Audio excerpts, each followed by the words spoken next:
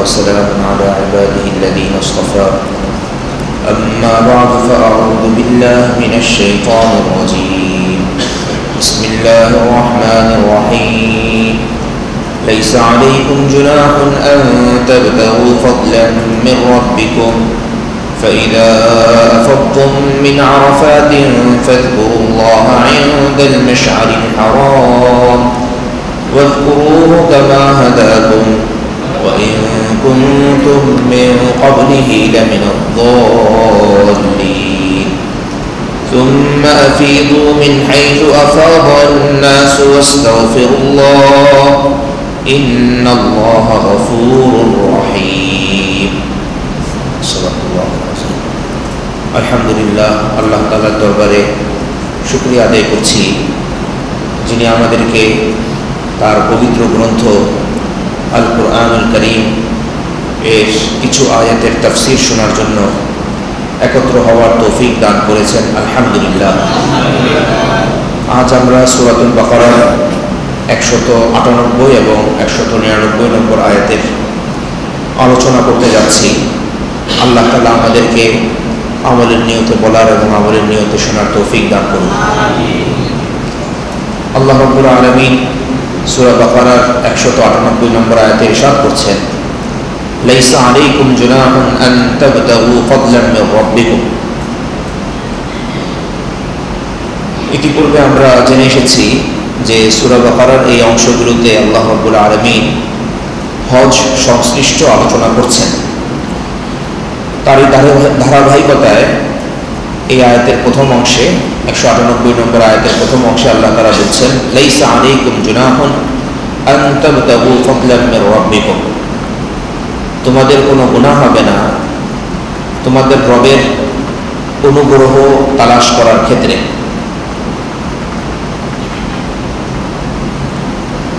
এই আয়াতটি বোঝার জন্য এই আয়াত নাজিল হওয়ার যে প্রেক্ষাপট সেটি আমাদের সামনে থাকলে সুবিধা হয়। সেটি হলো এই, জনৈক ব্যক্তি হযরত ইবনে ওমর রাদিয়াল্লাহু আনহুর কাছে আসলো এবং এসে বলল, আল্লাহ রসুলের প্রিয় সাহাবী, হজের মৌসুমে কি আমরা ব্যবসা বাণিজ্য করতে পারবো, মজুরি খাটতে পারবো, কোনো কিছু বাইরে থেকে এনে হজের যে জায়গাগুলো আছে সেখানে আমরা বেচাকেনা করতে পারবো, হজও করবো, সাথে সাথে সফরের ফাঁকে ফাঁকে কিছু শ্রম খাটার মাধ্যমে অথবা ব্যবসা বাণিজ্যের মাধ্যমে অর্থ উপার্জন কি করতে পারবো? ইবনে ওমর রাদিয়াল্লাহু আনহু তখন বললেন, দেখো, তোমার এই প্রশ্নটি আমি রাসূল করিম সাল্লাল্লাহু আলাইহি ওয়াসাল্লামের কাছে করেছিলাম। কারণ জাহিলি যুগে আমরা হজের মৌসুমে ব্যবসা বাণিজ্য করতাম বিভিন্ন জায়গায়। এখন যখন ইসলাম আসলো তখন আমাদের মধ্যে এক রকমের চিন্তা আসলো যে হজ তো একটা ইবাদত, এই ইবাদতের মধ্যে আমরা এখন এই সফরে গিয়ে বিভিন্ন জিনিস বেচাকেনা করা এবং শ্রম খেটে কোনো অর্থ উপার্জন করা, এটা কি আমাদের জন্য মুনাসিব হবে কিনা? তাছাড়া হজের মৌসুমটি ছিল মক্কাবাসীদের জন্য বার্ষিক অর্থনীতির উন্নতির একটা সময়।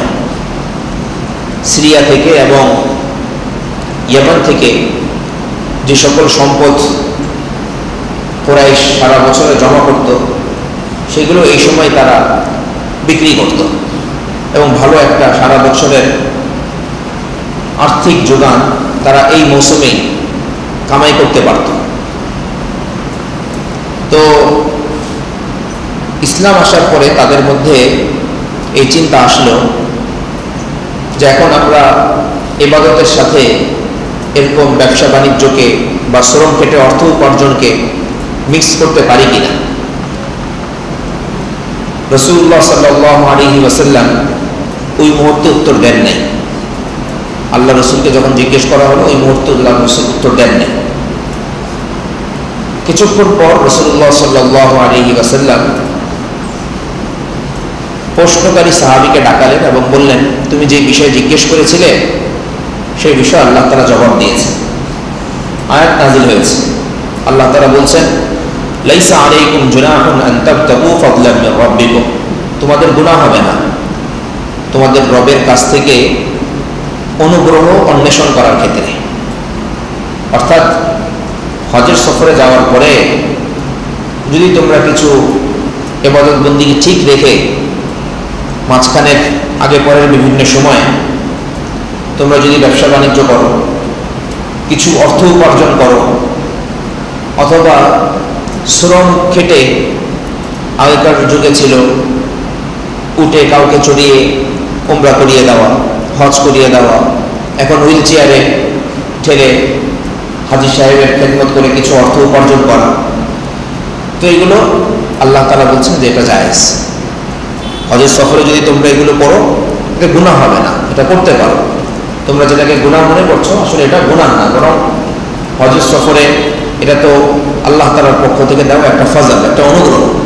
এই অনুগ্রহ নিয়ে তোমরা বাড়িতে ফিরো, কোনো সমস্যা নেই। তো অনেক সময় আমরা নিজেদের পক্ষ থেকে কিছু কিছু বিষয় আরোপ করে ফেলি। তো এই যে আমাদের বড়দের যে কথা, যে দেখে দেখে করি, জিজ্ঞেস করি না, জানতে চাই না, বুঝতে চাই না, শিখতে চাই না, এটাও এক্ষেত্রে প্রযোজ্য। অনেক সময় মনে করি এটা তো নিরেট ইবাদত। অবশ্যই নিরেট ইবাদত। হজ ইসলামের অন্যতম ইবাদত, ইসলামের 5টি কোটির অন্যতম।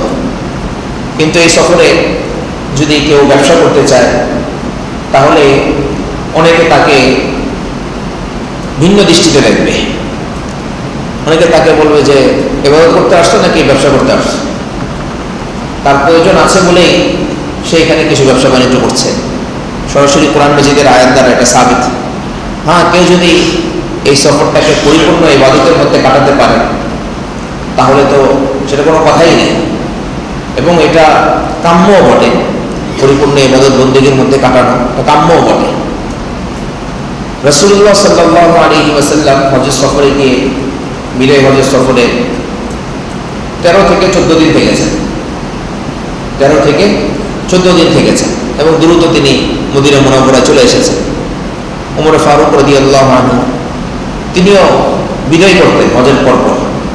তিনি চাবুক নিয়ে দাঁড়িয়ে যেতেন এবং বলতেন যে জলদি বাড়ি যাবেন, এখানে থাকা যাবে না। একজন জিজ্ঞেস করলো যে আমরা যদি আমাদের সময় ব্যয় করে এখানে থাকতে চাই, কিছু ইবাদত বন্দেগী যদি বেশি করতে চাই, তাহলে আপনার সমস্যা কি? তিনি বললেন যে পরিবার পরিজন আছে না, তোমার ব্যবসা বাণিজ্য নাই, কি রকমের মুসলিম তুমি যে একেবারে তুমি বেখবর হয়ে এখানে সময় কাটাচ্ছ আর এখানে ভিড় করছো। অন্যদেরকে আসার সুযোগ দাও, উমরা পালনকারীরা এখন আসবে, তাদের জন্য এটা ওপেন করো, তোমরা যাও, বাড়ি চলে যাও। তো এইভাবে শরীয়তের মূল মেজাজ সাহাবায়ে কেরাম যেভাবে বুঝেছেন, আমাদেরকেও সেভাবেই বুঝতে হবে। সুতরাং হজের মৌসুমে যদি কেউ গিয়ে ব্যবসা বাণিজ্য করে, তার প্রয়োজন আছে বলেই সে করছে, না করতে পারলে ভালো, তো তার দিকে আমরা ভিন্ন দৃষ্টিতে তাকাবো না। সে তার কাজ করুক, ইবাদত বন্দেগী ঠিক করে করার পরে সে যদি এগুলি করে করুক, তার ব্যাপারে আমরা মন্তব্য করতে যাব না। নিজের আমল আমি ঠিক করার ব্যাপারে চিন্তিত হই, নিজের আমল আমি সংশোধন করার চেষ্টা করি।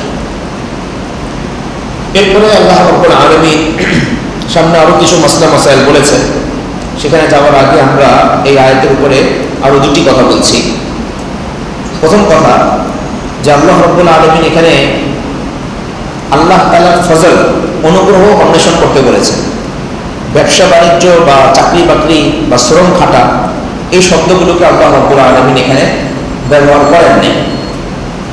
এদিকে ইঙ্গিত করা হলো যে হে আল্লাহর বান্দা, তুমি যে ব্যবসা বাণিজ্য করবে, এই ব্যবসা বাণিজ্যটা তো আল্লাহ তাআলার অনুগ্রহের ফসলই করতে পারছো। একজন দোকানদার ব্যক্তি, সে তো দোকান খুলে বসে, হয়তো কিছু সামানা মানুষের চাহিদা মতো বিভিন্ন জিনিস সে তার দোকানের মধ্যে রাখে। এই যে সে চিন্তা ভাবনা করে একটা দোকান খুললো, এই চিন্তা ভাবনাটা কার দাম? আল্লাহ রাব্বুল আলামিনের দাম, আল্লাহ তাআলার অনুগ্রহ। সে যে আকল খাটিয়ে কিছু সামানা আনলো এবং মনে করলো যে এটা মানুষ কিনবে, এটা এই বুদ্ধিটা তাকে কে দিল? আল্লাহ তাআলা দিয়েছেন। এখন সে যদি ফজরের পর থেকে খুলে রাত 10টা পর্যন্ত বসে থাকে, আর আল্লাহ তাআলা যদি কোনো গ্রাহক, কোনো ক্রেতা না পাঠান, হতে পারে কিনা? হতে পারে। তো ক্রেতা তার দোকানে কে পাঠাচ্ছেন? আল্লাহ রাব্বুল আলামিন পাঠাচ্ছেন। অনুরূপভাবে যে ব্যক্তি চাকরিতে ঢুকছে, সে যদি মনে করে আমি কিছু পড়াশোনা করেছি, কিছু আমার যোগ্যতা আছে, আমি চাকরিতে ঢুকে যাব, কখনোই সম্ভব না। এই চাকরিতে আমি ঢোকার যোগ্য হচ্ছি, বা যারা আমার নিয়োগদাতা তারা যে আমাকে নির্বাচন করছে, এটা কার দান? আল্লাহ রাব্বুল আলামিনের দান। যে হাত পা নিয়ে চাকরি করব, এগুলো কার দান? আল্লাহর দান। এই হাত পায়ের মধ্যে শক্তি আল্লাহ তাআলা এখনো বহাল রেখেছেন, কার দান? আল্লাহ রাব্বুল আলামিনের দান। তো ব্যবসা বাণিজ্য করি, চাকরি বাকরি করি, শ্রম খাটি, মেধা খাটাই, যাই করি না কেন, সব আল্লাহ রাব্বুল আলামিনের দান, সব আল্লাহ তাআলার দান। আল্লাহ তাআলা সেই বিষয়টা স্মরণ করিয়ে দিয়েছেন যে দেখো, তোমরা যা কামাই করবা এটা নিজস্ব না, এ তো আল্লাহ তাআলার দান। তো আল্লাহ তাআলার দানটাকে আল্লাহ তাআলার দান হিসেবেই তোমরা জ্ঞান করো, মনে রেখো যে এটা আল্লাহ রাব্বুল আলামিনের দান। দ্বিতীয় কথা, যে অন্বেষণ করতে হবে আল্লাহ তাআলার অনুগ্রহ, এবং আল্লাহ রাব্বুল আলামিনের অনুগ্রহটা তখনই হবে যদি আল্লাহ রাব্বুল আলামিনের নির্দেশিত পন্থায় আমি সেটা অন্বেষণ করি, তাহলে সেটা আল্লাহ তাআলার অনুগ্রহ হলো।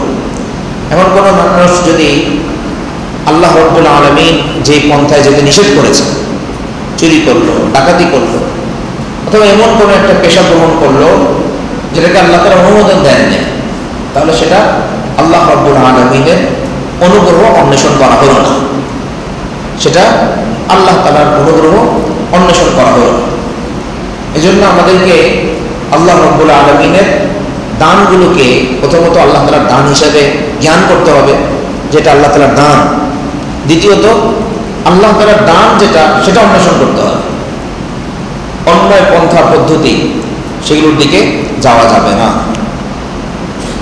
এরপর অংশ আল্লাহ সুবহানাহু ওয়া তাআলা বলেছেন, ফাইদা আফাদতুম মিন আরাফাতিন ফাযকুরুল্লাহা ইনদাল মাশআরিল হারাম। এরপরে যখন তোমরা আরাফা থেকে গমন করবে, তখন তোমরা আল্লাহ তাআলাকে স্মরণ করো মাশআরে হারামে। আমরা জানি যে হজের দ্বিতীয় দিন হচ্ছে 9 জিলহজ, প্রথম দিন 8 জিলহজ। এদিন মানুষ ইহরাম করে মিনায় যায়, 9 তারিখ ফজরের পরে আরাফার উদ্দেশ্যে রওনা করে। মাগরিবের আগ পর্যন্ত এখানে অবস্থান করতে হয়। রাসূলুল্লাহ সাল্লাল্লাহু আলাইহি ওয়াসাল্লাম বলেছেন, হজ সে তো আরাফা, মানে হজ আরাফাতে অবস্থান করাকেই হজ বলা হয়। আরাফাতে মাগরিব পর্যন্ত অবস্থান করে, সূর্যাস্ত পর্যন্ত অবস্থান করে, মাগরিব আদায় না করে যেতে হবে মুজদালিফার উদ্দেশ্যে। মুজদালিফায় রাত্রি যাপন করা সুন্নাহ, এবং ফজরের নামাজের পরে সূর্যোদয়ের আগ পর্যন্ত অবস্থান করা ওয়াজিব। এটা হলো মুজদালিফার কাজ।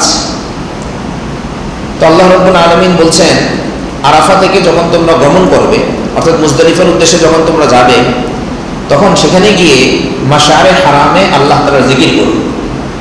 মুজদালিফার একটা বিশেষ জায়গার নাম মাশআরে হারাম। রাসূলুল্লাহ সাল্লাল্লাহু আলাইহি ওয়াসাল্লাম সেখানে অবস্থান করেছেন এবং স্পষ্ট করে বলে দিয়েছেন, দেখো আমি এখানে অবস্থান করলাম তাই বলে এটা মনে করো না যে এখানেই তোমাদের অবস্থান করতে হবে, বরং এই পুরো মুজদালিফাটাই হলো মাওকিফ, এখানে অবস্থান করার জায়গা। কোনো ব্যক্তি যদি মনে করে যে এটাই হলো অবস্থানের জায়গা, অন্যগুলি অবস্থানের জায়গা না, তাহলে সে ভুল করছে। আমি তো আর সব জায়গায় গিয়ে অবস্থান করতে পারবো না, আমি তো একজন মানুষ, এখানেই অবস্থান করছি, তাই বলে এটাই যে অবস্থানের জায়গা তা না, পুরো মাঠটাই হচ্ছে অবস্থানের জায়গা। মাশআরে হারামে এখন একটা মসজিদ নির্মিত আছে, সেখানে একটা মসজিদ আছে। তো আল্লাহ তাআলা সেখানে গিয়ে বিশেষভাবে জিকিরের নির্দেশ কেন দিলেন? কারণ জাহেলি যুগে মাশআরে হারাম বা মুজদালিফায় লোকজন যাওয়ার পরে সেখানে নিজেদের বাপদাদাদের কীর্তি গাথা, কবিতা, এগুলো শুধু বলতে থাকতো। একজন কবিতা তৈরি করত, রচনা করত, আরেকজন পাল্টা আরেকটা কবিতা রচনা করত। এভাবে যে কে কার চাইতে বেশি সুন্দর কবিতা আবৃত্তি করতে পারে, এ নিয়ে প্রতিযোগিতা চলতে থাকতো। আর কবিতার মধ্যে বাপের আলোচনা, দাদার আলোচনা, আমার অমুক এটা করেছেন, আমার অমুক এটা করেছেন, আমার এটা আছে, আমার ওই সম্পদ আছে, অমুক জায়গায় আমার এতটা উট আছে, অমুক জায়গায় আমার এতটা বকরি আছে, কার কি আছে, এগুলো নিয়ে আলোচনা। তো আল্লাহ তাআলা বলছেন যে ওই জায়গায় এইসব আলোচনা বন্ধ করো। আলোচনা কার করবে? আল্লাহ তাআলা। ফাযকুরুল্লাহ, আল্লাহ তাআলা স্মরণ করো। তো এই জাহিলি যুগের এই রসম রেওয়াজ কিছু কিছু নব্য জাহিলিয়াতের মধ্যেও আসছে। এখন এইসব জায়গায় গিয়ে তো জিকির করার কথা, কিন্তু এইসব জায়গায় গিয়ে যদি সচেতন কোনো ব্যক্তি সাথে না থাকেন বা তাদের সাথে যদি না যাওয়া হয়, তাহলে ওখানে দেখবেন যে একজন আরেকজনকে বিবাহ দিচ্ছে। আলোচনা যে আমার অমুক ছেলে আছে, আপনার অমুক মেয়ের সাথে আমি আর তাকে বিবাহ দিব। জীবনের প্রথম পরিচয়, বাস এই বিবাহের আলোচনা, আরও কত রকমের আলোচনা, দুনিয়ার যত গান গল্প আছে সব ওই মিনার মাঝে, সব এই মুজদালিফার মধ্যে, সব আরাফার মধ্যে। আল্লাহ তাআলা নির্দেশ হলো জিকির করো, আল্লাহ তাআলাকে স্মরণ করো। কিন্তু বোধ না থাকার কারণে সারাদিন শুধু গল্প, সারাদিন কার কি কত বদনাম করা যায়, সব বদনাম করার জন্য যেন আল্লাহ তাআলা, আল্লাহ মাফ করেন, সেই জায়গাটা নির্বাচন করছে। আমরা সেই জায়গাটাকে এইভাবে বানাই ফেলছি। সেটা জিকিরের জায়গা, হজ কবুল করানোর জায়গা, কিন্তু সেখানে আমরা গিয়ে আমাদের হারাত হলো এরকম পূর্ববর্তী আগে থেকে প্রশিক্ষণ না থাকার কারণে, আগে থেকে পড়াশোনা না থাকার কারণে, সোহবত না থাকার কারণে বাস যেভাবে ইচ্ছা এখানে গাল গল্প করছি, যত বদনাম করা যায় বদনাম করছি, এগুলো নিয়ে সময় আমরা পার করে দিই। এটা জাহিলি যুগের একটা রসম। আল্লাহ তাআলা বলছেন যে এটা করা যাবে না। ফাযকুরুল্লাহ, আল্লাহ তাআলাকে স্মরণ করো, আল্লাহ তাআলাকে স্মরণ করো। ওয়াযকুরুহু কামা হাদাকুম, আল্লাহ তাআলা তোমাদেরকে যেভাবে হেদায়েত দিয়েছেন, যেভাবে শিখিয়েছেন, সেভাবে তোমরা জিকির করো। নিজেদের মন গড়া ভাবে জিকির না, নিজেদের মন গড়া ভাবে জিকির না। কোরআনে যেভাবে বলা হয়েছে জিকির করতে, সুন্নাহর মধ্যে যেভাবে বলা হয়েছে জিকির করতে, সেভাবে জিকির করো। এখন কিছু কিছু মানুষ বিভিন্ন পদ্ধতি বানিয়ে নিয়েছে নিজের মতো জিকিরের বিভিন্ন রকমের, এই রকমের পদ্ধতির কোনো অভাব নেই। কিছু মানুষকে দেখা যায় এরা গোল হয়ে একজন আরেকজনের সাথে হাত ধরে আপনার ঘুরছে, একজন আরেকজনের হাত ধরে এরকম ঘুরছে, আর বিভিন্ন ছন্দে ছন্দে জিকির, কি কি যে বলছে, উচ্চারণও ঠিক নাই। এবং এদের রেফারেন্স আবার আমাদের বাংলাদেশের লোকজন এসে আবার দিবে, বলবো যে সৌদিতে আরাফার মাঠে দেখে আসছি এইভাবে জিকির করতে, ঘুরে ঘুরে জিকির করতে। তো ওইখানে জিকির করে দেখতে আসছে, তাদের সাথে বড় আলেম হয়ে গেছেন আপনারা। তো ওখানে কাদেরকে দেখেছেন আপনি? কাদেরকে জিকির করতে দেখেছেন? যাদের কোরআন সুন্নাহর কোনো আইডিয়া নাই, তাদেরকে আপনি জিকির করতে দেখেছেন। এবং নিজের মন গড়ার একটা পদ্ধতিতে জিকির করতে দেখছেন, অথবা অন্য কোনো কাজ করতে দেখেছেন, ওটাকে এসে আবার রেফারেন্স হিসেবে ব্যবহার করছে। লা হাওলা ওয়ালা কুওয়াতা ইল্লা বিল্লাহ ওয়াযকুরুহু কামা হাদাকুম, আল্লাহ তাআলা যেভাবে শিক্ষা দিয়েছেন সেভাবে জিকির করো, সেভাবে জিকির করো। জিকিরও একটা শিখার বিষয়, শিখে শিখে জিকির করা।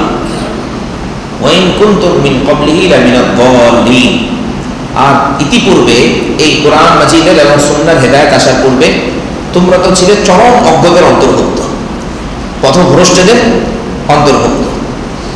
সুম্মা আফিদু মিন হাইথু আফাদান নাস ওয়াস্তাগফিরুল্লাহ, এরপর তোমরা যাত্রা করো যেখান থেকে অন্যান্য লোকজন যাত্রা করে, এবং তোমরা আল্লাহর কাছে তওবা ইস্তেগফার করো।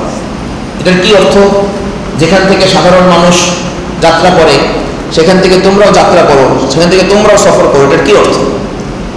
এটার অর্থ হচ্ছে জাহিলি যুগে কুরাইশ এবং কাবা শরীফের আশপাশে যারা অবস্থান করত, কয়েকটা গোত্র ছিল, বিশেষ কয়েকটা গোত্র। এই গোত্রকে একত্রে বলা হতো হমস। হমস অর্থ হলো বিশেষ মর্যাদার অধিকারী, বিশেষ মর্যাদা সংরক্ষণকারী গোষ্ঠী, যেহেতু তারা বাইতুল্লাহ শরীফের আশপাশে অবস্থান করে। এরা মিনা থেকে হজের সময় নিয়মিত হচ্ছে আরাফায় যেতে হবে। মিনার কার্যক্রম 8 তারিখে শেষ, 9 তারিখ ফজরের পরে আমি কোথায় চলে যাব? আরাফায় চলে যাব। আরাফাটা পড়েছে হিলের অংশে। আমরা গত সপ্তাহে আলোচনা করেছি যে বাংলাদেশ থেকে একটা যাওয়ার সময় একটা অংশ পড়ে, যে জায়গাটাকে বলা হয় মিকাত, সীমানা। এই সীমানার আগেই আপনাকে হজের নিয়ত করতে হবে। এই সীমানা হজের নিয়ত ছাড়া পার হওয়া যাবে না, এহরাম এখানেই করে ফেলতে হবে। এরপরে কিছু অঞ্চল আসবে হলো হিল, হালাল জায়গা। এখানে অন্যান্য ব্যক্তিরা এহরাম করে নাই বা হজের নিয়ত করে নাই, উমরার নিয়ত করে নাই, এই হিল নামক স্থানে তারা শিকার করতে পারবে। এরপরের অঞ্চল শুরু হয়ে হলো হারাম। একটা হলো মসজিদে হারাম, এবং এই মসজিদে হারামের অংশটা অনেক বিস্তৃত। কুরবানি, হজের কুরবানি বা কোনো অপরাধ যদি করে হজের মধ্যে, জিনায়া দাম যদি দিতে হয়, তাহলে তাকে হারাম অঞ্চলের মধ্যে দিতে হবে। তাহলে বাংলাদেশ থেকে যাওয়ার পরে বা যে কোনো দেশ থেকে যাওয়ার পরে প্রথমে আসবে একটা সীমানা, এটার নাম হলো মিকাত। এরপরে শুরু হবে হিল, হালাল নামক স্থান, এটারও একটা সীমানা আছে। এরপরে সীমানা শুরু হবে হলো হারাম নামক অঞ্চলে। মক্কায় অবস্থানকারী ব্যক্তি, মক্কায় যারা অবস্থান করেন, তারা যদি হজের অথবা উমরার এহরাম করতে চান, তাদেরকে মিকাতে আসার প্রয়োজন নাই।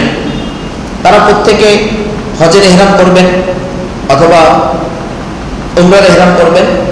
তারা হারাম অঞ্চল থেকে বের হয়ে হিলে যখন আসবেন, এখান থেকেই তারা হজ অথবা উমরার নিয়ত করে ভিতরে ঢুকতে পারবেন। বিদেশ থেকে যারা যাবেন তাদের মাসালা ভিন্ন, সেটা আমরা আলোচনা যাচ্ছি না, শুধু আমরা হিলটা বোঝার চেষ্টা করছি।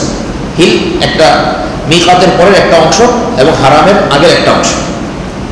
মুজদালিফা, এটা হচ্ছে হিলের বর্ডার, হারামের বর্ডার, হারাম এবং হিলের বর্ডার। মুজদালিফা যেখানে শেষ, সেখানে গিয়ে আপনার হারামের অঞ্চল শেষ হয়ে যাচ্ছে এই মুজদালিফার এই দিক থেকে। অন্য দিক থেকে হারামের অঞ্চল আরো বিস্তৃত, আরো কম বেশি। মুজদালিফার এই দিক থেকে হারামের অঞ্চল এখানে শেষ হয়ে যাচ্ছে, এবং মুজদালিফার পরে শুরু হয় হিল নামক স্থান। আরাফার মাঠ, এটা হিলের ভিতরে পড়েছে, এটা হারামের ভিতরে পড়ে নাই, মিকাতের বাইরেও পড়ে নাই, এটা হিলের ভিতরে পড়েছে। এখন মক্কার মুশরিকদের বক্তব্য ছিল এই, আমরা তো বিশেষ মর্যাদা সংরক্ষণ করি, বিশেষ মর্যাদার অধিকারী, সুতরাং আমরা মক্কা থেকে বের হয়ে কতদূর পর্যন্ত যাব, ওই হারামের অঞ্চল যেখানে শেষ এর আগ পর্যন্ত যাব, এই বর্ডার আমরা ক্রস করবো না, এর বর্ডার আমরা ক্রস করবো না। আরাফার ময়দানে তো যাবে তারা যারা বিদেশি, যারা বাইরের দেশ থেকে আসছে, বাইতুল্লাহ শরীফের সংস্পর্শ যারা পায় নাই, আল্লাহ তাআলার ঘরের জেবার বা প্রতিবেশিত্ব যারা পায় নাই, তারা যাবে হলো আরাফায়। আমরা তো বিশেষ মর্যাদার অধিকারী, এজন্য আমরা সর্বোচ্চ যদি আমাদের যেতে হয়, আমাদের সর্বশেষ স্থান হচ্ছে হলো মুজদালিফার মাঠ পর্যন্ত। এরপরে আমরা এই হারাম অঞ্চল অতিক্রম করে অন্যদিকে যাব না। আল্লাহ রাব্বুল আলামিন বললেন, সুম্মা আফিদু মিন হাইতু আফাদান নাস। সাধারণ মানুষ যেভাবে হিল নামক হারাম নামক অঞ্চল, হারাম অঞ্চল অতিক্রম করে অন্য জায়গায় যাত্রা করেছে, অর্থাৎ হালাল অঞ্চলে গিয়েছে, আরাফায় গিয়েছে, তোমরাও সাধারণ মানুষদের মতোই ওই হারামের অঞ্চল ত্যাগ করে হালাল অঞ্চলে যাও, অর্থাৎ আরাফায় তোমরাও যাও, তোমরাও আরাফায় যাও। তোমরা নিজেদের জন্য বিশেষ মর্যাদা সংরক্ষণ করো না, নিজেদের ভাব দেখাও না যে আমরা বাইতুল্লাহ শরীফের প্রতিবেশী, এজন্য আমরা আরাফায় যাব না, আমরা ভিতরেই থাকবো, হারাম অঞ্চলের ভিতরেই থাকবো, এটা করো না, হজ হবে না। আল্লাহ তাআলা বলছেন, সুম্মা আফিদু মিন হাইতু আফাদান নাস। সাধারণ মানুষ যেভাবে যাত্রা করছে তোমরা সেভাবেই যাত্রা করো। ওয়াস্তাগফিরুল্লাহ, এবং পূর্বে যে তোমরা অহংকার করে গর্ব করে নিজেদের জন্য বিশেষ মর্যাদা সংরক্ষণ করতে, এটার মাধ্যমে তোমরা অপরাধ করেছো, এই অপরাধের জন্য এখন আল্লাহ তাআলার কাছে তওবা করো, ইস্তিগফার করো। হজ এটা মানুষের মধ্যে ধনী গরিবকে একত্রিত করার জন্য এসেছে, অহংকারকে মিটিয়ে দেওয়ার জন্য এসেছে। ইসলামের পুরো ধর্মের প্রতিটা বিধানের মধ্যেই আপনি দেখবেন আল্লাহ রাব্বুল আলামিন কি করছেন, ধনী গরিবের মধ্যে যে পার্থক্য, সেই পার্থক্যকে অহংকার ভিত্তিক যে পার্থক্য, অহংকার ভিত্তিক যে পার্থক্য, সেটাকে আল্লাহ রাব্বুল আলামিন দূর করতে চান। নামাজের মধ্যে বলেন, মসজিদে আল্লাহ তাআলা ধনী গরিব, ফকির মিসকিন, শিক্ষিত অশিক্ষিত সবার জন্য এক রকমের কাতার রেখেছে। যে প্রথমে আসবে সে প্রথম কাতারে দাঁড়াবে, যে প্রথমে আসবে সে প্রথম কাতারে দাঁড়াবে। অন্যান্য হজের মধ্যেও আল্লাহ রাব্বুল আলামিন, অন্যান্য আমলের ক্ষেত্রেও আল্লাহ রাব্বুল আলামিন কোনো বিশেষ শ্রেণীকে বলেন নাই যে তুমি বিশেষ এই রকমের মর্যাদার অধিকারী, সুতরাং তুমি এই কাজ করো।